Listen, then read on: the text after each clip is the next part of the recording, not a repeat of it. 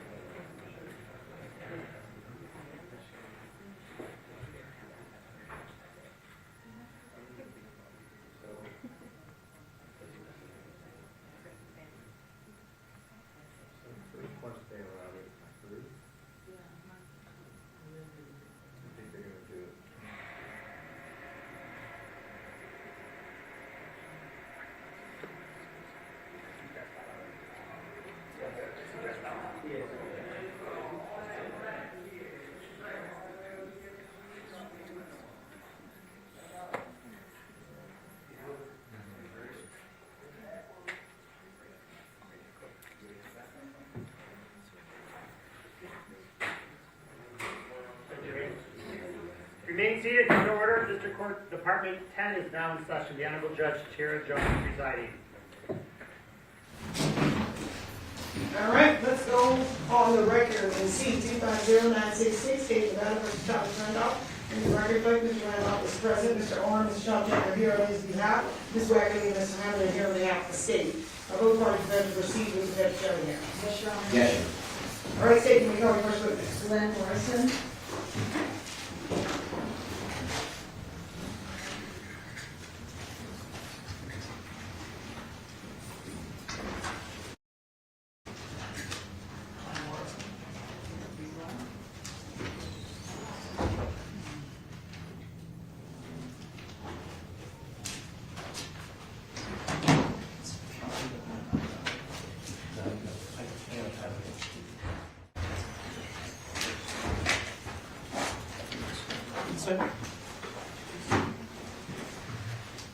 Stand up on the stand, you're going to face the clerk, raise your right hand, and sworn in, please.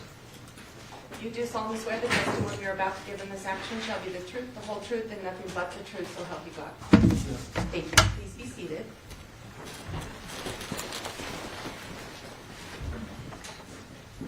And sir, will you please state and spell your first and last name for the record? They always say, name is Glenn Morrison, M-O-R-R-I-S-O-N, Morrison. Is your first name Glenn? Glenn, G-L-E-N. Go ahead, Ms. Wagner. And sir, if you can just scoot a little bit closer to that microphone so you can speak directly into the microphone, thank you. And Mr. Morrison, just talk slowly if you can for a hearing today, okay? Okay.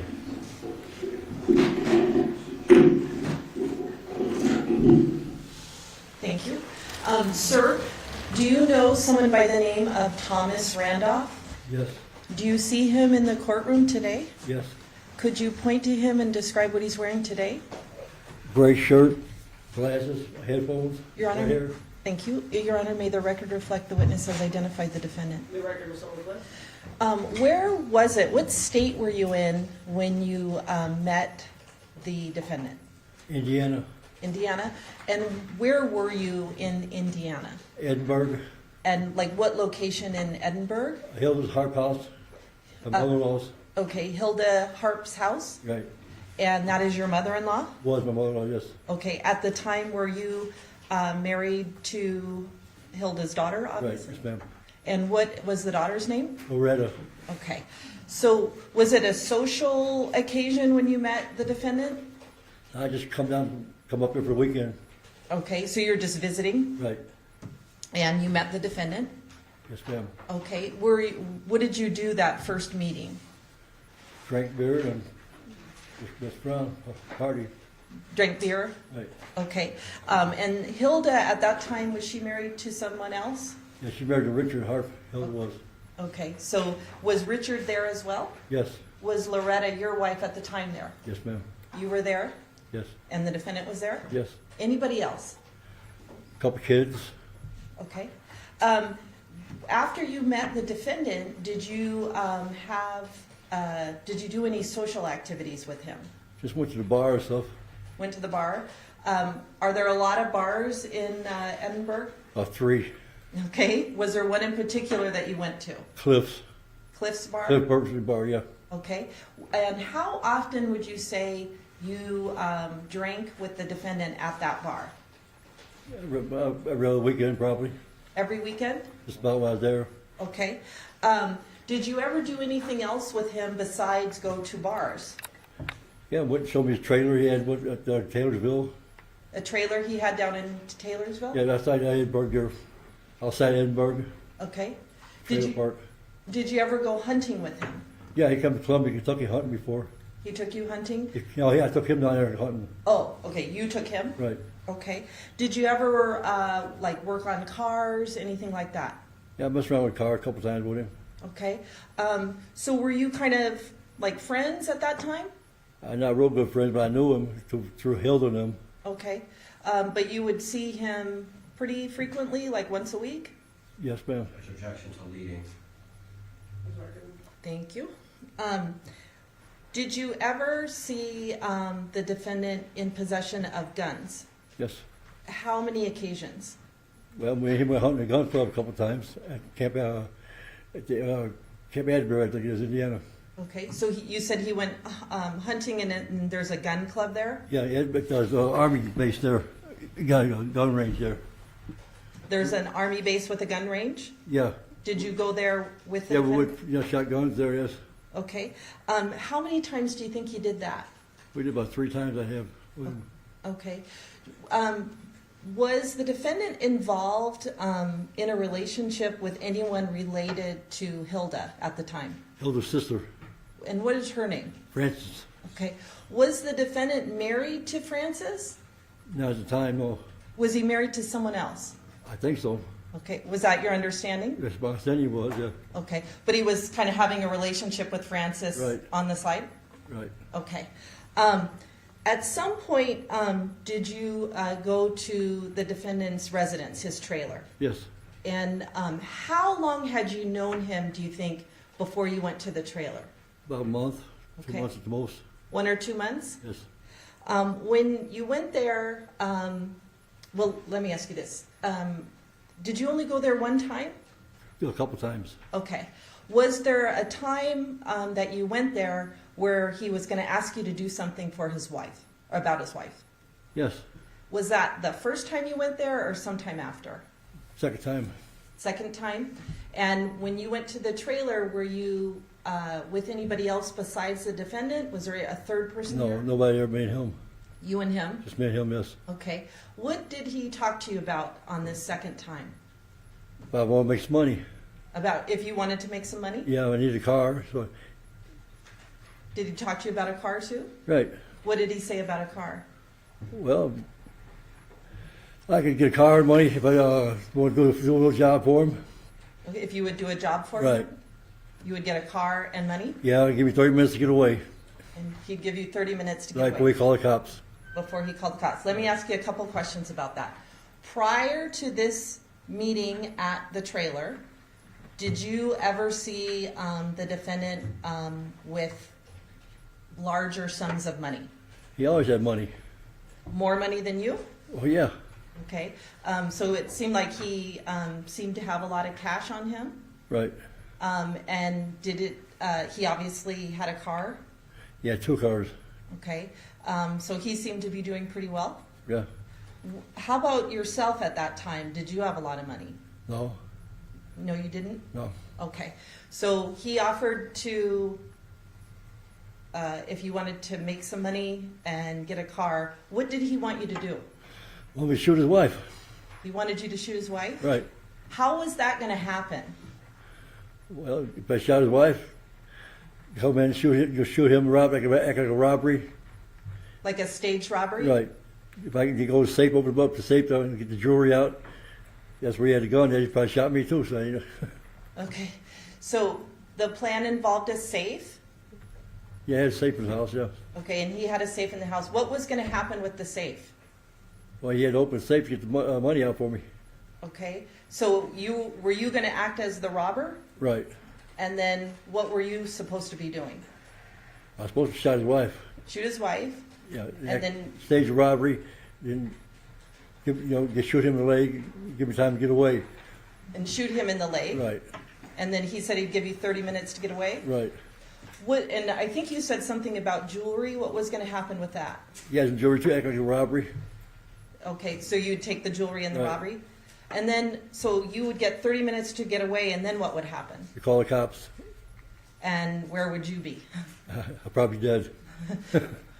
Well, I get what you think would have happened, but like, what was his proposal, his plan? Well, you get the money, pay me. And where would the money be coming from? Interest money. Insurance money? Interest money. And how long did he estimate it would take for him to get that insurance money to pay you? Not too long. Okay. How much do you? I'm sorry, what was your answer? Not too long. Not too long. How much insurance money were you going to get? About 30, 40,000. You were going to get that much? Yeah. Okay, and then he would keep the rest? No, I go get 5,000. I'm sorry, 5,000. Oh, you were going to get 5,000, yes, ma'am. and then he would keep the rest. Yes. Okay. What about the car? What was going to happen with that? I guess you were reported stolen.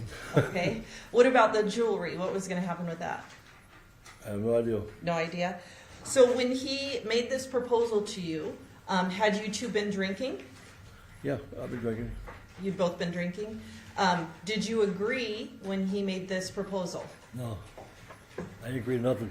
You didn't agree to anything? Why not? Cause I ain't getting shot. I know I know, You thought you'd get shot. right. Why did you think that? I just did. Well, what did you think would happen? Well, if that shot her, he probably shot me. Okay. That could have said robbery. So you did not, fair to say you didn't agree to do this. No, I know nothing.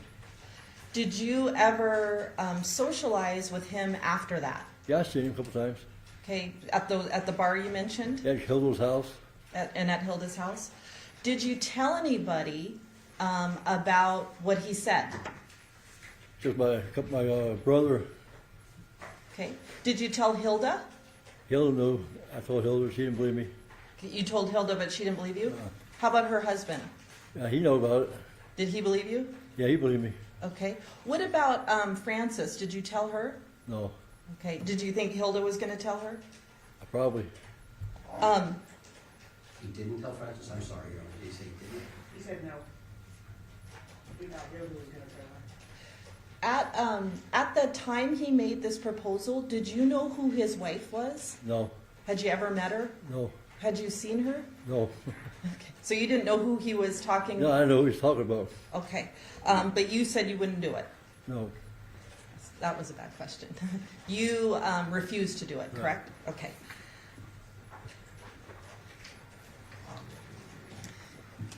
Other than telling, I think you said your brother and Hilda's husband, did you tell anybody else? Loretta, my wife. Oh, Loretta, your wife. Okay. Did you go to the police or anything like that? No. Okay. I thought it wasn't done to it. I'm sorry? I didn't think it was done to it, really. You didn't think there was anything to it? No, I thought you just, you didn't think he'd do it? no, Okay. But you didn't want to participate? no. Can I have the clerk's indulgence for 1 second? Thank you, sir. I'll pass the witness, Your Honor. Ross? Thank you, Your Honor.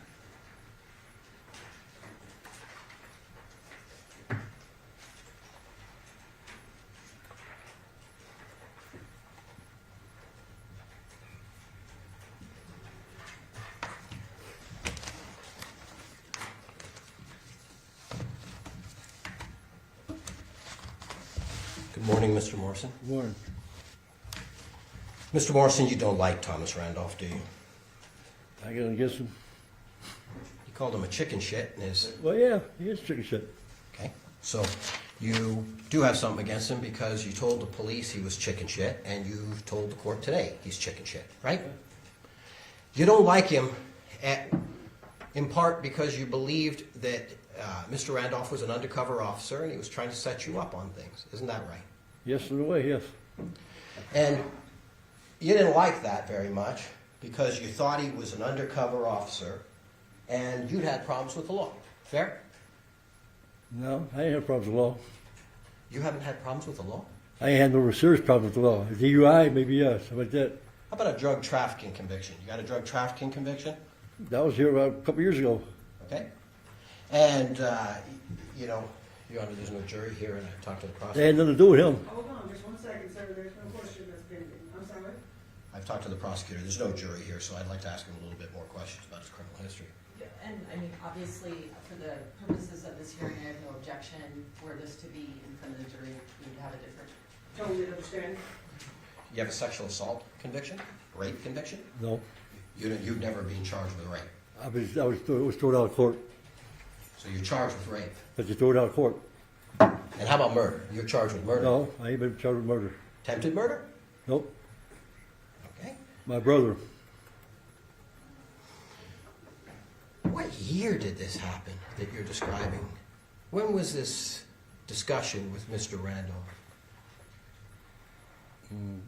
I don't know the date. I had no idea what the date. Okay, now let's put dates aside, in other words, February, March. Let's talk about years, sir. What year did this happen? Can't remember. Could it be 1998? I have no idea. I don't remember. Could it be 1981? Could it be? Could be, couldn't be, I don't know. No. could have been 2002? No, No. Okay, so we know it's somewhere between, how about 1970s, mid-70s? I don't know, I You don't recall. know? Okay. So somewhere between the mid-70s and 1999, in that 25-year period, this happened. Fair? I guess. Well, you were there, sir, not me. Well, you know the answer, don't you? Sir, I'm gonna need you to answer the questions that are being asked. Somewhere during this time period did this happen? Yes, Did you know him for a 25-year period? no, It's your testimony you never met this wife? I never seen his wife. Just Francis. Okay, well, so you thought he was asking you to kill some wife in this time period between 1975 and 1999, fair? Right. You telling the truth? Well, I got no reason to lie about it. Okay. Do you recall telling the police that you thought it was a girlfriend with black hair who he brought from Utah, who you were supposed to kill? Right. Okay, and you actually met this lady, didn't you? No, You saw the black-haired lady. I saw her back here, but it's some house, but I didn't go to the house or nothing. We drove by in the car. Okay, so you met this black-haired lady. I never met her, no. So I seen her. How did you know what she looked like? We were by in the car. And you saw her? At the front door, yes. Okay, you're gonna have to explain this to me. How did you see this black-haired lady in this period of time where you're saying you were going to? He pulled up in front of the house, knocked on the door, some black-haired lady come out. He said something to her, we got back in the car, we left. And you thought that was his girlfriend, and he brought her from Utah. Right. And then you tell the police that you're supposed to kill his wife, and that's the woman? I don't know which one you're talking about. You don't know one I'm talking about, or which one Mr. Randolph was supposedly talking about? Which one he's supposed to be talking about. Okay. When the prosecutor asked you questions, she said, "Did you ever meet the wife?" And you said, "No, I never." No, I never met the wife. Okay, let me finish. Just my Francis. Sir, you have to let him finish the question. She's writing down everything you said. She can only take down one Okay. person at a time. So you said you never met the wife, right? Correct? Right, correct. And now you're telling the judge that, oh, I did meet this black-haired lady, you see. I never met no black-haired lady. Okay. I seen her. Sir, you have to let him finish his question. He's not finished. You saw this black-haired lady, and you thought that was his girlfriend from Utah. Remember, we just went over that. Yes, And that was the woman you were saying to the police, oh, that's the woman I'm supposed to kill, right? right. So, in fact, you had seen this person you were supposed to kill. I imagine. You're the one that saw it, sir. Did you see her, yes or no? I seen a black-haired lady, but I didn't know that was the one. So you told the police that was the one, though, didn't you? I guess. And then you came into court today and said you never actually seen the woman, correct? I'm gonna object that. Misstates his testimony. He said he hadn't met her. He explained he saw her in a car. He saw her. He did say that he saw her. You said today to the judge that the insurance was supposed to be in the amount of $30,000 to $40,000, right? I said this way he's supposed to go, I guess. I don't know what it was. Well, that's what you said. I said it up that, yeah, okay, I just said it. And this occurred sometime as far back as the mid-70s. So, you know, we're talking about a 50-year period here, right? You remember the $35,000 to $40,000, that was the amount, right? That's what he's supposed to go, he said. Yeah, I don't know exactly the amount. Do you remember the police asked you? Strike that.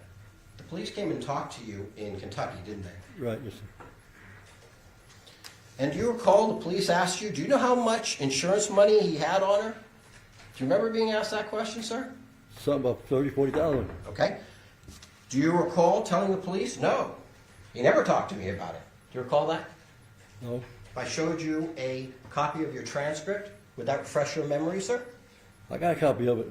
Okay. If you reviewed a portion about that questioning, would that refresh your memory, sir? If I show it to you? No, I'm gonna see, I know it. You know that you said that you didn't ever talk about insurance proceeds with Mr. Randolph? You told the police that, didn't you? Yeah, it's supposed to do, it's supposed to be for insurance, that's what it's supposed to do. Sir, let me ask you this. Do you remember the police saying, do you know how much insurance money he had on her?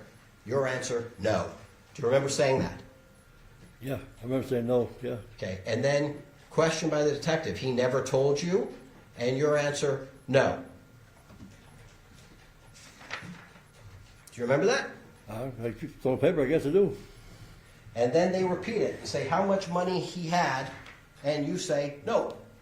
Right? Right, So today, we know that it's $30,000 to $40,000, correct?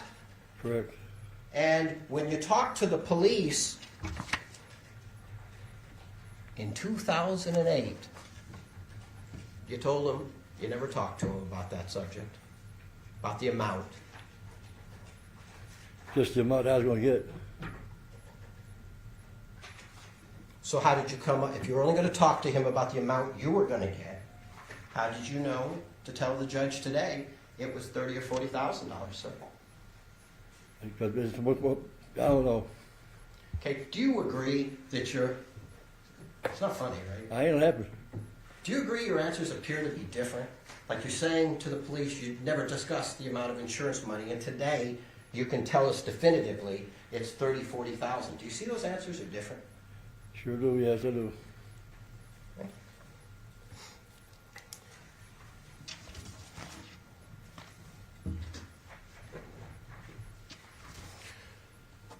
You told the police that you didn't like Mr. Randolph, didn't you? Sure did. And you didn't like him, did you? Not at first, no. And you didn't like him, and in fact, you tried to convince one of his future wives, Frances, not to marry him, right? I never told her not to marry him. Did you My warn her? mother-in-law. I'm sorry, I interrupted you, sir. I told my mother-in-law he ought not to marry her. You never told Frances? You never warned Frances? I told her she don't know him good enough to marry him. I'm sorry, I just didn't. I said I told her that she don't know him good enough to marry him. She just met him.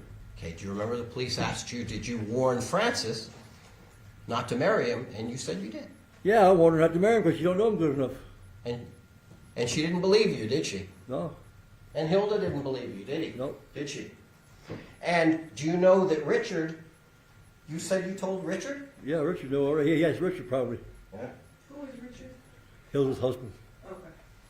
And we're going to be able to show, Richard denied that to the police. He didn't say that he knew anything about this. Does that surprise you, sir?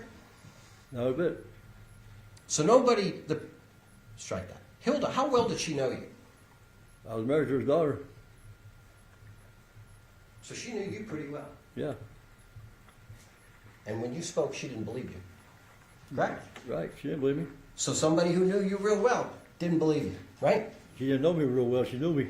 Okay? And Frances didn't believe you either. Right? Yeah, I didn't know Francis that good though. She didn't believe you. Right?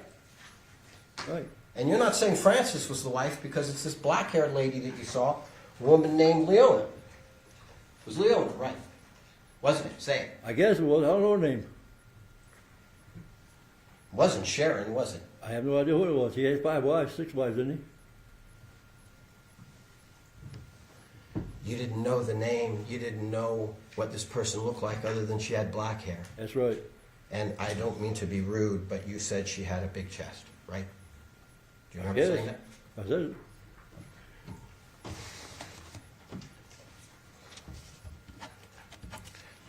You also remembered an intricate detail. Do you remember during the conversation at the trailer what you guys were drinking and how much?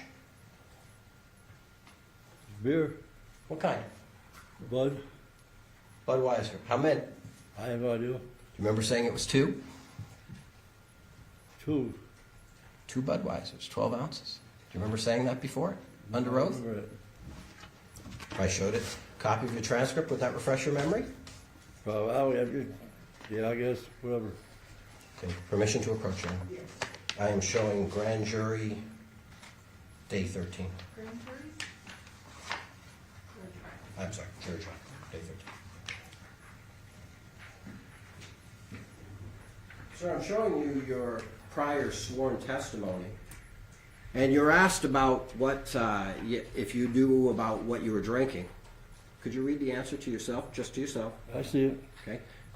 Does that refresh your memory as to what you said? I got the same championship, man. I got the same one you got. Answer the question. Does that refresh your memory as to what you said? Yes, 2 12-ounce Budweisers. Is that right? right. So you can tell us it's 2 ounce or 2 12-ounce Budweisers, but you cannot tell us within a 25-year period of when this happened. Correct? Correct.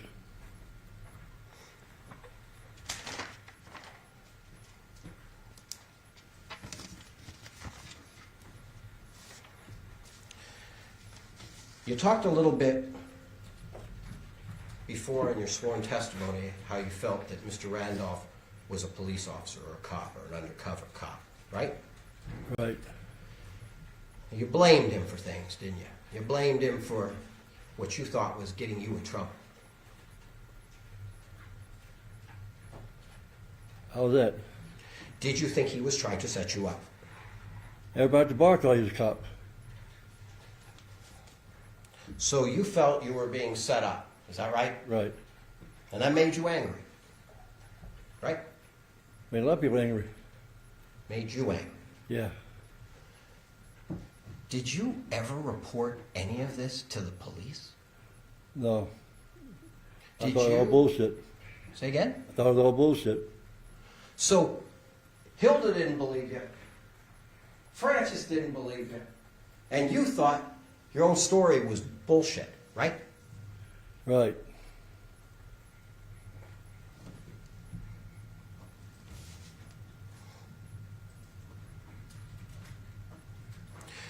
Before, you didn't contact Metro. They got a hold of you, Las Vegas Metro, right? Right.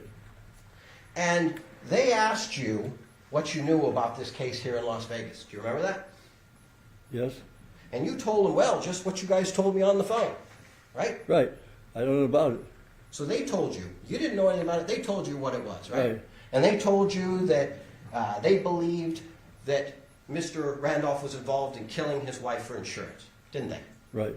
And they told you how this thing supposedly happened. It was almost just like what happened with you, right? Right. They told you the story, didn't they? What happened? What they claimed was happening here. No, they told me somebody got killed. I thought it was Francis. Okay? But they told you their theory of how it happened here, right? Oh. That there was a home invasion. The home invasion, he shot the hitman, yeah. And then they come to see you, and you repeat a very similar story, don't you, sir? What you've claimed? Well, yeah, it's true. What I said is true. I got a reason to lie about it.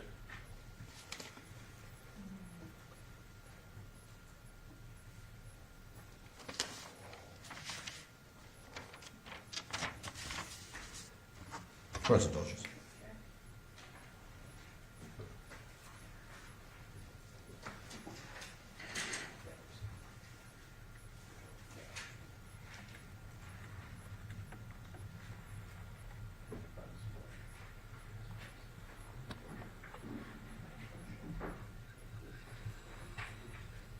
I'm sorry, Doctor, can I just? Yeah.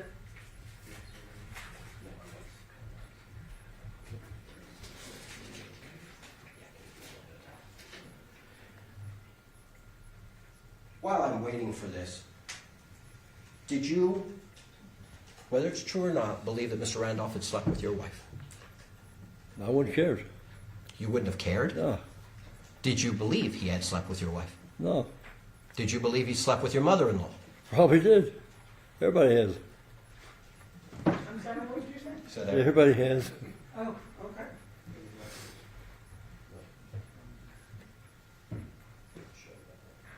If I showed you this lady that you said came from Utah, would you be able to recognize her? No. I never seen her face. That goes just black hair, all I seen. Black hair? Right. If I showed you a picture, you think you'd be able to recognize her if I showed Doubt you? it. You doubt it. Right. So you don't know the name of the wife, you don't know what she looked like, you never reported it, right? Right.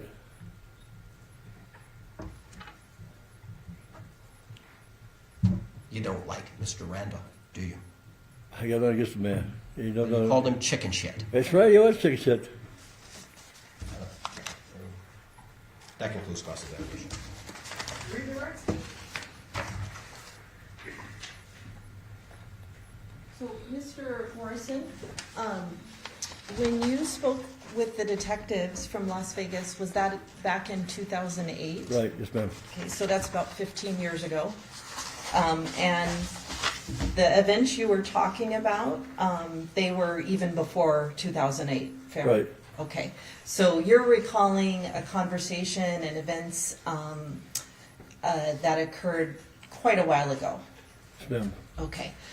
Was this the only conversation you ever had with Mr. Randolph about staging a robbery and killing someone for insurance money?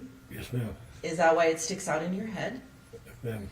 So Mr. Orem was asking you if you had conversations with detectives from Las Vegas, like over the phone prior to them coming to your house. Did you talk to them a lot before No. they came up? No. Did they just kind of show up? Yeah, they just showed up in the yard. Okay. Did they tell you, hey, look, we want you to tell us a story about a staged robbery? Did they tell you what to tell them? No. Did talking to them make you want to become involved in this case?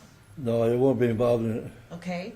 Did you tell them just the events you recalled about your interactions with Mr. Randolph? That's it. It's all.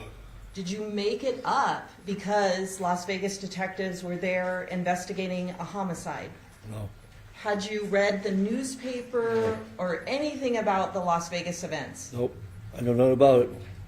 Do you even care that much about what happened in Las Vegas? No, I don't. Okay. You're here because the state asked you to come? Yes, ma'am. Okay. Now let's talk about, just briefly, when he made this proposal to you, my understanding is that you told Hilda and you told her husband, Richard, right? Right. Francis, you said you shouldn't marry him. Is that right? Yeah, they wanted to know each other enough. Okay, so the reason you gave to Francis for not getting married is you don't know this guy well enough? Right. You didn't tell her about the murder for hire plot? No. Okay, those were the, Hilda and Richard, and I think you said your brother are the three that you told? Right. You never told the police? No. At that time, did you want to get involved with local police telling them about this type of thing? I don't get involved with the police about nothing.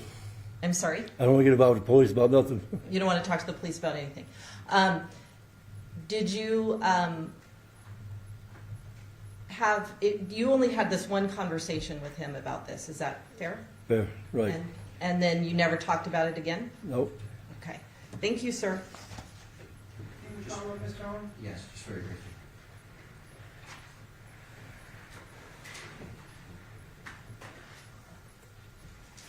Just one last question. You didn't want to be involved in this. This is something you really wanted to push aside and, try to avoid, right? I don't know about it. Okay. Do you know what Dateline is? Do you remember Dateline? No Dateline. Because I've seen video. They came to your house, set everything up, and you gave an interview to them, right? Right. So you were pretty interested to talk to the press about it, weren't you? No. Did they didn't force their way in? You No. just agreed to talk to them? Yeah. Okay, thank you. Nothing further. Any follow-up, Ms. Wagner? No, Your Honor, thank you. All right, sir, you may be excused. Thank you very much for your testimony. Thank you.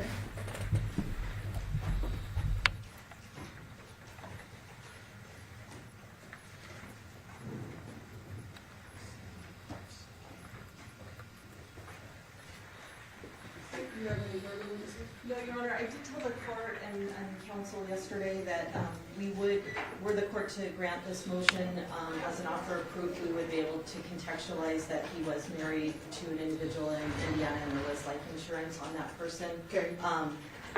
I think we agreed that sort of the crux of the motion would be the testimony of Mr. Morrison. That's true. We did agree to that, and I'll just address anything more in argument. Okay, and so there will be a stipulation that there was a wife in Indiana, there was an insurance policy on her, and Mr. Randolph was a beneficiary. Correct. Okay? All right. Any further witnesses from the defense? No, you All right, state. So, Is your motion? yeah, so Your Honor, what we have in this case with regard to Mr. Morrison, very similar to the facts that we have in the case, our case from 2008, is we have Mr. Randolph contacting an individual that he knows for 1 or 2 months. That time period is nearly identical in both cases. He sets up a situation where there's going to be a staged home invasion, burglary, robbery. That's involved in both cases. Mr. Randolph is the person who has guns in both cases. In both cases, Mr. Randolph would be sort of a minor victim of the encounter. In both cases, there was going to be a payment for insurance money. In both cases, Mr. Randolph flashed money to the individual he's soliciting to commit the murder ahead of time. In both cases, he finds someone who's sort of financially struggling and down on their luck. In both cases, there is going to be sort of a staged theft of jewelry associated with the event. And in both cases, Mr. Randolph's going to be the person who calls the police ultimately to report the crime. That I'm is... sorry, I don't mean to cut you off, Ms. Rodriguez. I had some difficulties understanding the witness at some points, but what I recall the witness testifying to, according to my notes, is that he saw Mr. Randolph with some guns at a gun range. He Correct. said that they had gone to, I don't think he said it was the sheriff's department, but he said that they had been together and he had seen Mr. Randolph with guns at an army base at a gun range. That's correct. Well, did he testify that there was any, during this discussion, that there were any guns? Because I never heard. No, he testified that he saw him with guns, but the court actually, you point out another similarity between Mr.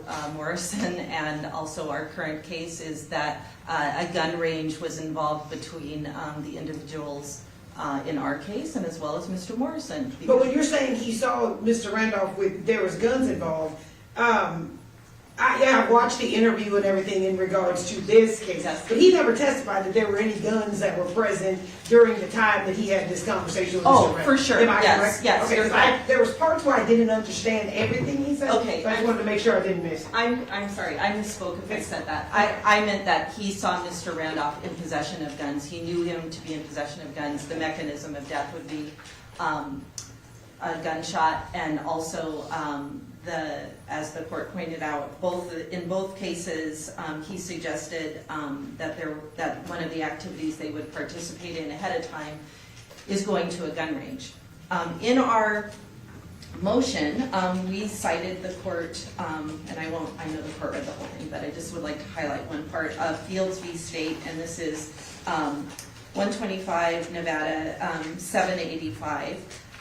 And the court talked about how a prior instance in the Fields case where they obtained power of attorney over an individual, altered a will, and basically had financially control over an individual who ultimately ended up dead, that a prior instance where they did those same exact things to another elderly individual was relevant to motive and was relevant to identity.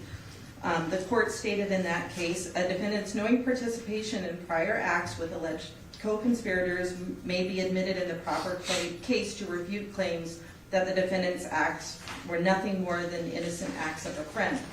More importantly, and sorry, this will be on page 791 of that case, the Mobert and Polinsky facts, those are the two separate instances in the Field case, are sufficiently similar to permit the Mobert evidence to be used to show identity. Both scenarios involved grifting an older man, Polinsky was in his 60s, Mobert was in his 70s, who, facing loss of control of his life through hospitalization or prison, gave Linda power of attorney, which she then used to transfer assets into accounts held by her in Fields when the man recovered his autonomy and protested his missing money and property. And so what the court is explaining is when you have two parallel incidents that are strikingly similar, that is 48045B evidence. That is evidence of identity, and that's what we have in this case as well. The court in Fields also noted that the fact that the Mobert solicitation, meaning the earlier incident, did not lead to his death while Polinsky ended up murdered weakens but does not eliminate the probative worth of the Mobert evidence. So if this court was under the impression that, hey, look, nothing really happened with Len Morrison, he didn't end up following through, The Nevada Supreme Court already addressed that in Fields and said that that doesn't eliminate the probative worth of some prior conduct. Now, the state is certainly cognizant that this court is very familiar with the first Randolph case and the Randolph opinion. In the first trial, I know the court already knows all this, but in the first trial, there was evidence of the Utah case, which was endlessly complicated because it ended in an acquittal and it was sealed. And that was a major complicating factor that the Nevada Supreme Court discussed at length on appeal. Had the state only limited the prior bad acts testimony to the testimony of Mr. Tarantino, the analysis would have been quite a bit different. In the first trial, the district attorney and the investigating detective in the Utah case, where he ends up being acquitted, were called as witnesses, and there was a lot of discussion about whether or not she actually committed suicide or was murdered and that sort of thing. And that's where the Nevada Supreme Court said the state went way beyond what was allowed in the order. In this case, we are not seeking in any way to, obviously we're not seeking to introduce anything with Utah, but when we have this testimony from Mr. Morrison where it is nearly identical. He is married to someone and he's having an affair on the side. He meets this guy who's kind of down on his luck and ends up befriending him. They end up going to a shooting range. He shows him he has a lot of money. He offers this proposal that is identical to what the state is alleging occurred to an individual who is remarkably similar to Michael Miller. If that isn't evidence of identity, I don't know what would be. This is like a signature crime and a signature modus operandi that Mr. Randolph employs in order to capture insurance money. So the state certainly understands there would need to be a limiting instruction, but from the state's perspective, we've met our burden and it's highly relevant evidence, and the probative value is not outweighed by any risk of prejudice. Mr. Owen? Yes. Your Honor, the analysis comes from Tinge, and the first part I would talk about is clear and convincing evidence. I think it's very interesting that this case is being overturned, and that's where there was a jury trial. There was a conviction on Tarantino. There was an acquittal in the jury trial. Here, look at what they're putting in.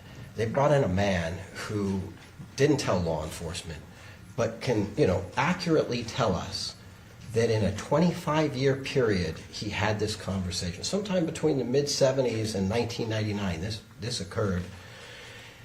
I look at Fields. They just quoted Fields to you. And in Fields, as we point out in our opposition, was a taped statement. The state wanted to introduce a taped statement, and as the Supreme Court noted, the tape is what the tape is. The defense couldn't even dispute the clear and convincing evidence. You can hear it on tape. When I think of clear and convincing evidence in this case, I think how much lower could the bar be? He doesn't tell law enforcement. What he tells us is that anybody he supposedly told didn't believe him, except for Richard. Richard Hart was interviewed, and he said, I know nothing about what he said. He knows nothing about it. So there's absolutely zero corroboration of this man who has drug trafficking conviction. He referred to the defendant as chicken. He called him a name, a disparaging name. When I look at the standard of clear and convincing evidence, and the state cited to several cases, they had corroboration in every single case they had. Just like in their last case with Mr. Randolph, at least they had a jury trial. At least they've got some evidence that this occurred rather than just some guy coming in here. He's just making it up. He's making it up. And how can we show that? I thought the most interesting thing was somewhere between 25 and 50 years ago this happened. He can't remember the year, but today he could remember the insurance. The insurance was $35,000 to $40,000. Well, I went with him through the police asking him, did they talk about how much insurance money? No. He never told you? No. How much money he had? No. But I don't really understand how the man now can come in here and say, yeah, this is the amount of insurance proceeds. He's making it up because it sounds good. And it's also interesting that they try to say, well, he wasn't interested in what was happening here. Well, he gave an interview, and he made a mistake when he told the police, the only thing I know about is what you guys told me before you came over. And then he admitted that he knew sort of what the plot was, or the state's theory was. He is just simply repeating what this story and making it up. He says he doesn't even know who the wife is. He says it's a black-haired lady. What I would suggest is the black-haired lady is a woman named Leona. What they're asking us to stipulate to is a woman named Gaina. And he even mentioned Frances. You can't tell who he's talking about. And so to me, it seems very, very dangerous. Also, we cited to both federal and state cases on that it is widely held in both Nevada and in other federal jurisdictions that remoteness in time of an alleged bad act lessens, if not outright neuters, the overall probative value of the evidence, United States versus Frankhauser. We have consistently noted that events remote in time from the charged incident have less relevance in proving later intent. Walker versus State, that's a 2000 case, it's cited in the brief. Phillips contends that remoteness in time of the conviction lessens the probative value. We agree. The Nevada Supreme Court doesn't like remoteness, and we don't even know how remote, up to 50 years. And you know, another thing that I thought when I was preparing for this is, if there's a witness on the stand and I was to bring up his conviction, let's say for robbery from 1990, and he was released from paper in 1991, I'm going to get chastised by this court. I should know the rules. Felony convictions within the last 10 years are what's admissible. Yet the state wants to just disregard that, because the reason we do that is because it takes away, if the conviction's 30 years old, it really shouldn't have that much on credibility. Here, we have something maybe as much as 50 years old, this unsubstantiated charge. If this isn't remote, if this isn't the type of thing that both the federal courts and the state court have caused great concern about, then nothing is, because we can't even tell a year. They don't have a single case they were able to cite where there is absolutely no corroboration of the allegation, no substantiation of the allegation. I would cite to the Nevada Supreme Court in Tucker, where they say the danger of prejudice to a defendant is ever present, for the jury may convict now because he has escaped punishment in the past, nor has the defendant been advised that he must be prepared to meet the extraneous charges. They put that man on the stand at the penalty phase last time. They didn't even think it was worthy of doing a bad acts motion. They did the bad acts motion, withdrew it, I believe, because they knew he was in prison. And then they put the man on the witness stand, and they were just burying Mr. Randolph. You don't want to belabor the point, but there's no credibility. There's no clear and convincing evidence. They missed that on Tinch. I actually argued Tinch in the Nevada Supreme Court, and that's the three-part standard. So they're missing it in 2 points. There's no clear and convincing evidence, and the prejudicial effect to us is overwhelming. It is very difficult for Mr. Randolph to defend against these two allegations. It really should be what the Nevada Supreme Court said back to this: try Mr. Randolph on what happened in 2008 and see whether he is an innocent victim or whether he conspired. They're struggling to show a conspiracy with Mr. Miller, and what they're going to do is try to bring him up and say, oh, look at the identical charge. Oh, look at that. That's exactly what they did before, and it was found to be reversible. This will receive heightened scrutiny, and we would ask the court to deny their motion.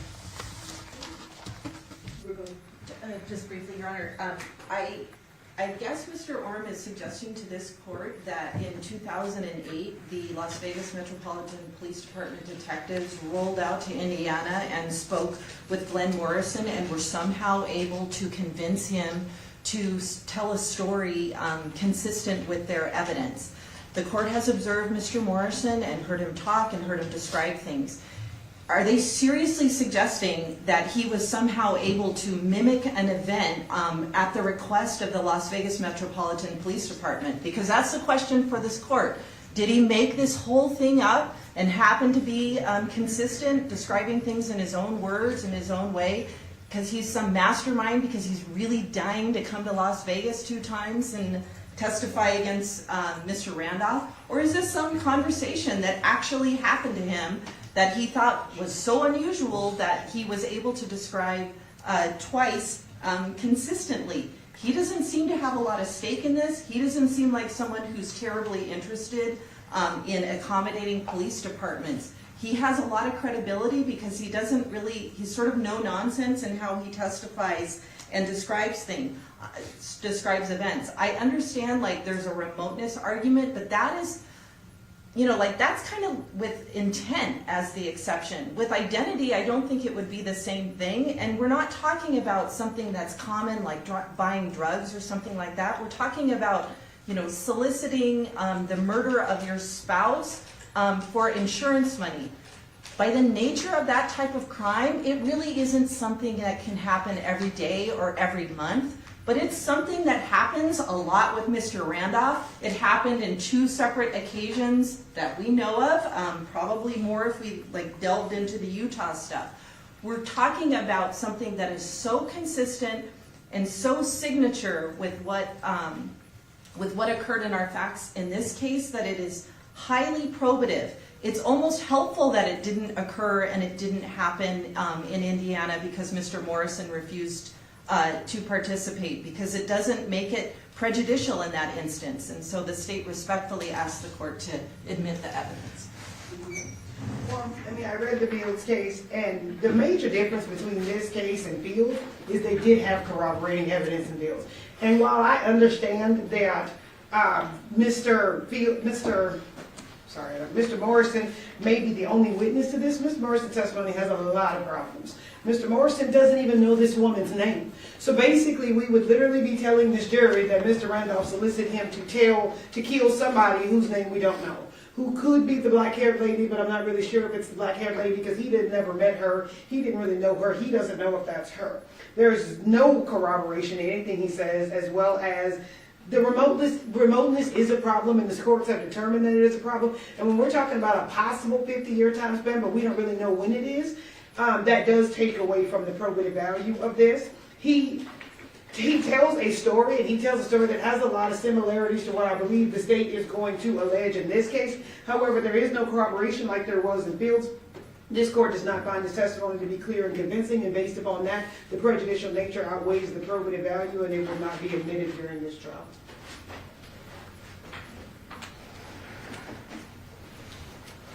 All right, we need to do the waiver.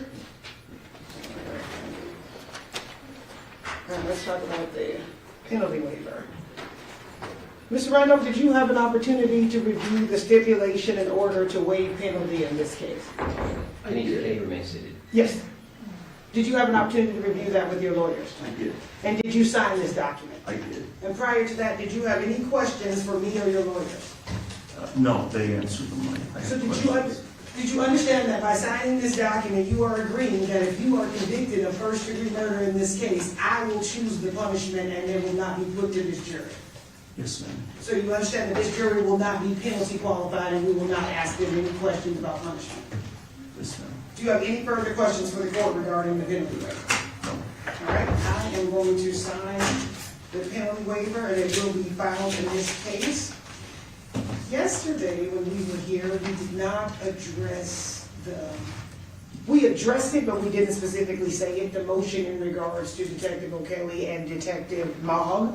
We basically addressed it in the other motion, but we do need to make an official record regarding what the court's ruling was regarding that. So my recollection of that, Your Honor, was that the court wants to make sure the state doesn't elicit certain terminology from the detectives, like coup de grace and sort of, I don't know what I would say, like explosive language from them. Their summary and things like that. The court is completely okay with them testifying to things that they know within their training and experience, with the understanding they are going to have different training and experience than a layperson is going to have. So for that reason, the court did not strike the state's expert notice, but they're not going to be allowed to give their summary conclusions or any speculation, but that is objectionable and can be objected to at the time. Thank you, Your Honor. Anything else you guys want to add to that? I think that's an accurate summary. All right. All right, let's talk about the length of this trial.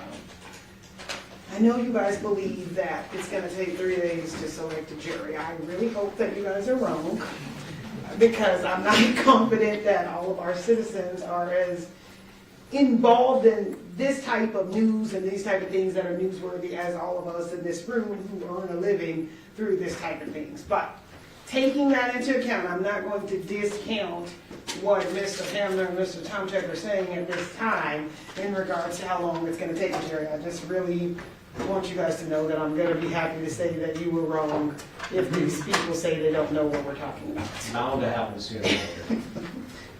Oh, that's a lot. Okay, so if that, with that understanding, how long do you guys think it's gonna take to try this case?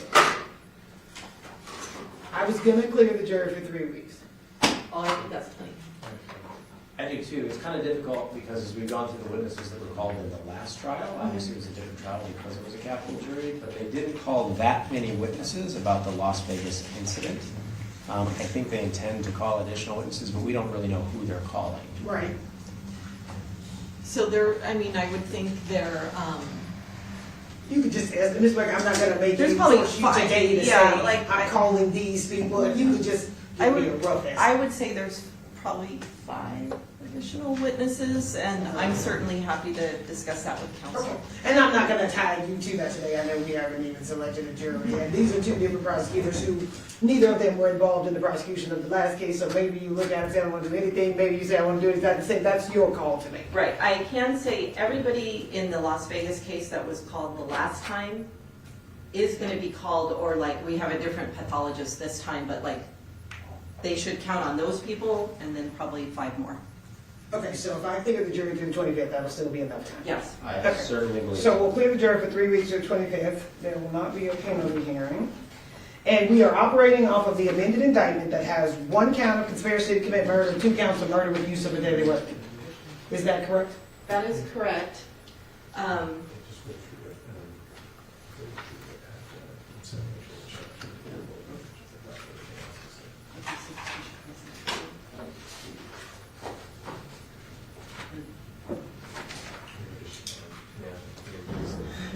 So, may we approach you? Yes.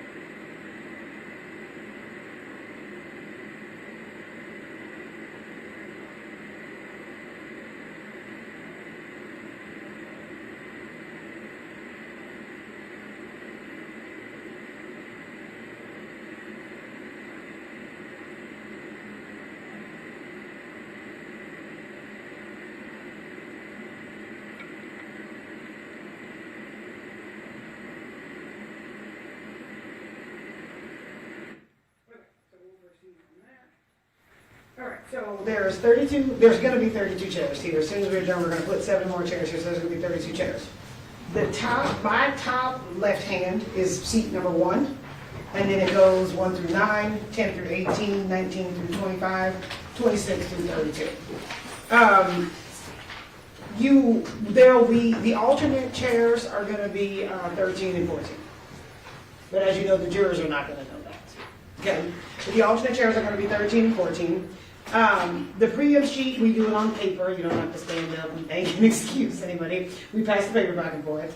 If you use all of your preempts, you must use number 9 on chair 13 or 14 and whoever's in that chair. Does that make sense? Yes, sir.